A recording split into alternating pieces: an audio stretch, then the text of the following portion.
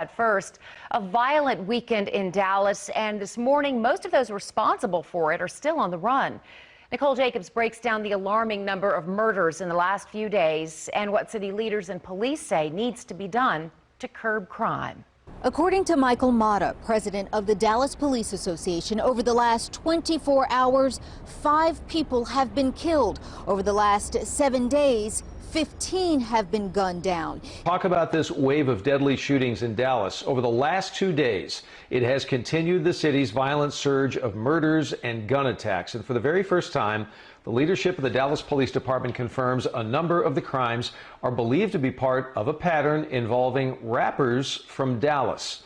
Our Chief Hall confirming today the brazen murder of rapper Mo 3 on the Dallas freeway last week. It set off a series of violent shootings now being investigated by the Dallas Police Department and the FBI.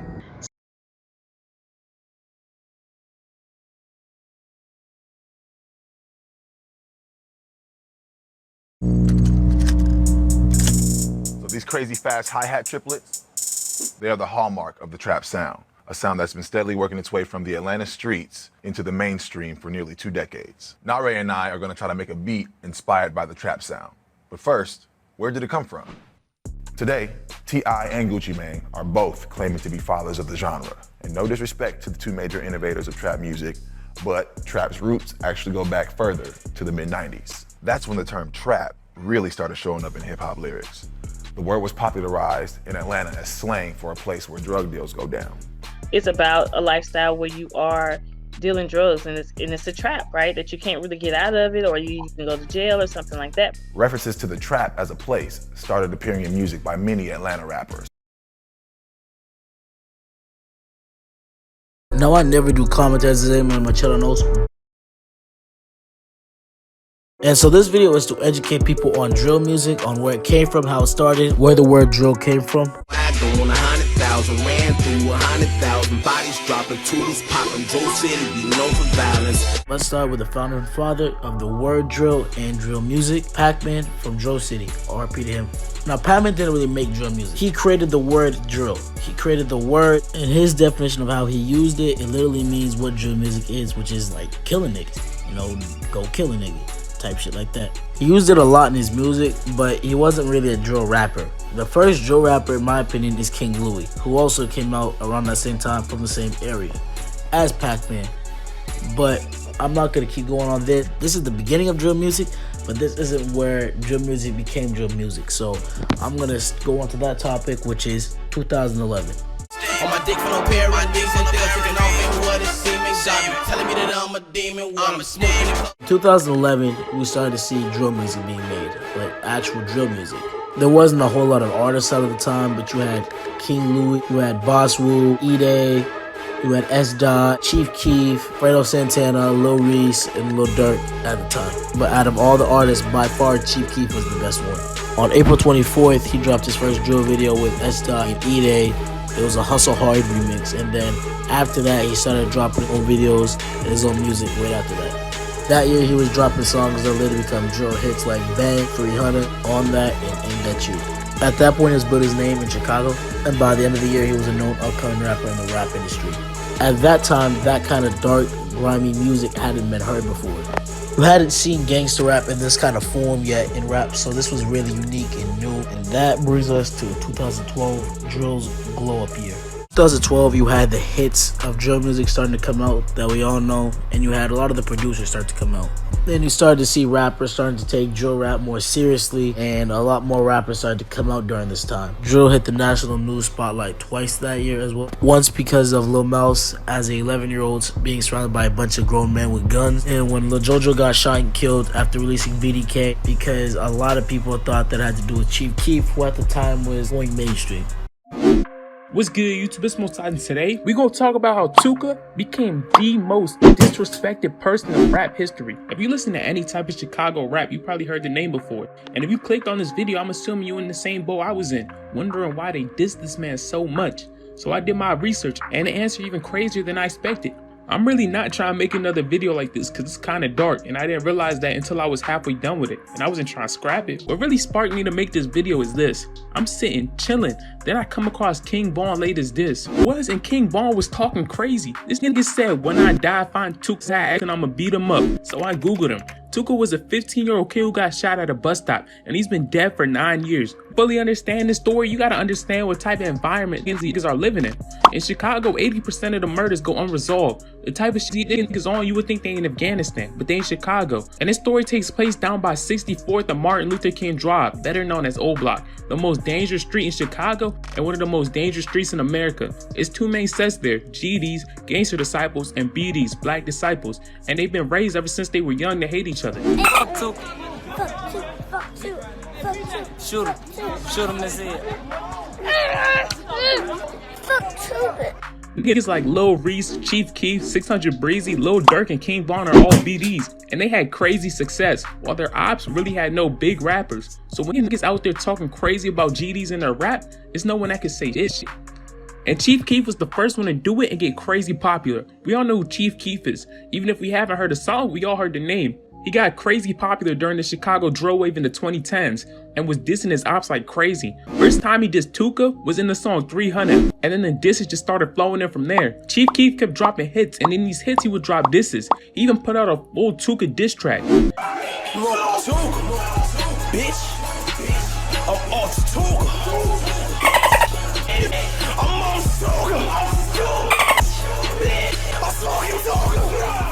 Keep in mind that nigga was 15 when he died, and the song was released 5 years afterwards. These Chicago niggas are a different breed. They always talking about smoking op pack. New op pack in the air, this gas or what? He'll still be alive right now, and you can gas him up. But the craziest thing is, smoking Tuka didn't even start out as a diss. Before Tupac died, he said he wanted his ashes smoked, and his men did it. That after Tupac died, the outlaw smoked his ashes. Is that true?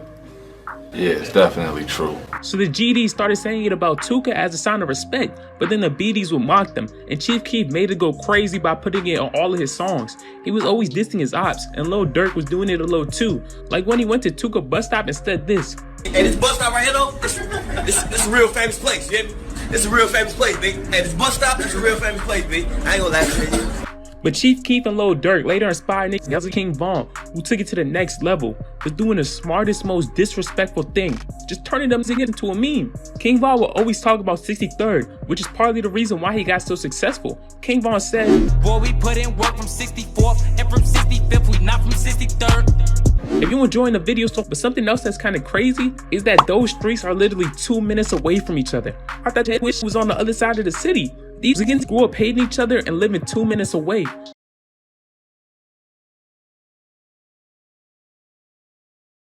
11 Liza Tasha Givens has the latest.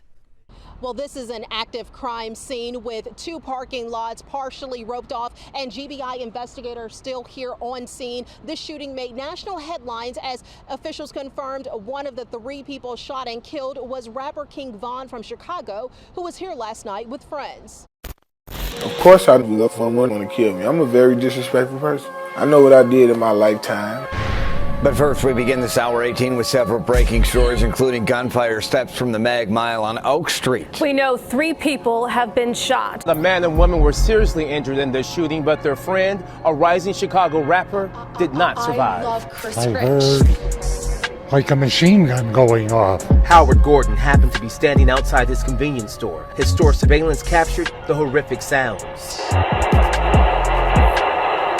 I knew for sure this was gunshots. It was real crazy that would happen right here in this area, out of nowhere. It was quiet and peaceful, and shopping going on, then shots rang out. Alright, we gotta talk about the FBG Duck situation. And I've seen people on social media making jokes about it. I don't think they realize the horrific consequences that's gonna happen as a result of this. FBG Duck was killed in broad daylight in busy downtown Chicago, right next to Saks Fifth and Dolce & Gabbana in the Gold Coast. This is like the high-end luxurious shopping area of the city. Him getting killed there is like someone getting shot on 5th Avenue in New York, or a drive-by on Rodeo Drive in LA.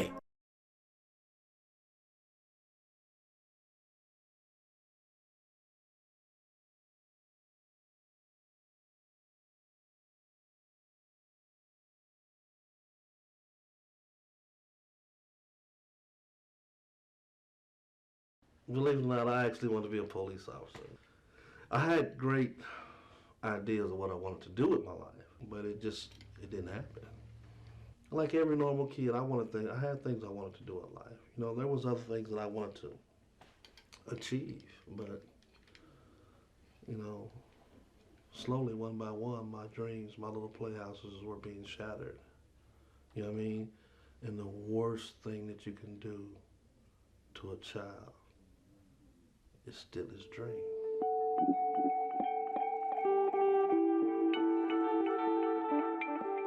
Yeah, my name is John Parker, also known as K-Man. Shotgun Crips. You know, we originated out of Gardena, California, kind of migrated to Oklahoma. Getting involved in a gang, I was pretty young, about 15, 16 years old. I've always been, when I got heavily active, I was around 17 years old with the criminal activity, the gang activity. I was 17 years old. I mean, at the age of 15 and 16, I was just kind of running with them before the activity did. About 17, 18 years old. Wow, along comes a gang. I mean, in your neighborhood, it's convenient, you know. There are certain things that attract you, you know what I mean, and you bite. You know, you bite. And I bit hard. Man, when you join a gang, your whole family joins the gang. I mean, my mother's house was shot up. My friend's mother's house was shot up. It got to the point where I felt unsafe riding with my own family members for the fear of something happening to them. Not me, but something happening to them, you know. Like I said, you gravitate to the negative. You know, you don't, it's not you go to sleep one day and you wake up and you're a full-fledged gang member. It's a process. It's a processing period. You know, it starts with ditching class, ditching school, the alcohol, the girls, you know, it gravitates to, hey, there's a car running, let's get in that car. Still in the car, which was joyride, you know what I mean? You know, it just progressed. The criminal activity progresses and progresses and progresses, and it starts with violence, and you know, it ends in violence. I actually was at a nightclub and got involved in an altercation with a couple of guys, and I shot one of the guys. And I was immediately apprehended. I mean, there was no search, no hunt or anything like that. You know, I was immediately apprehended and taken to the county jail. 19 years old, I was sentenced to the Department of Corrections out of Oklahoma County for 25 years for shooting with intent to kill. So you can see from the age of 17 to 19, I progressed fast. You know, I gravitated to the negative fast, you know, and that's, you know, I was gone from 1990 to 2002. I was incarcerated. Department of Corrections. It wasn't until I was incarcerated again to where I heard about the TASK program and I heard about Pastor Manning and what they were doing, and I was like, wow, that's what you always wanted to do. So, I mean, you got plenty of time to do it now. I poisoned enough minds with gang activity, you know, with teaching how criminal behavior. Now it's time to sow some good seeds, you know what I mean? To know that one of these kids has changed their life, that it's even entertaining the thought of changing their life. It's all worth it. It's all worth it.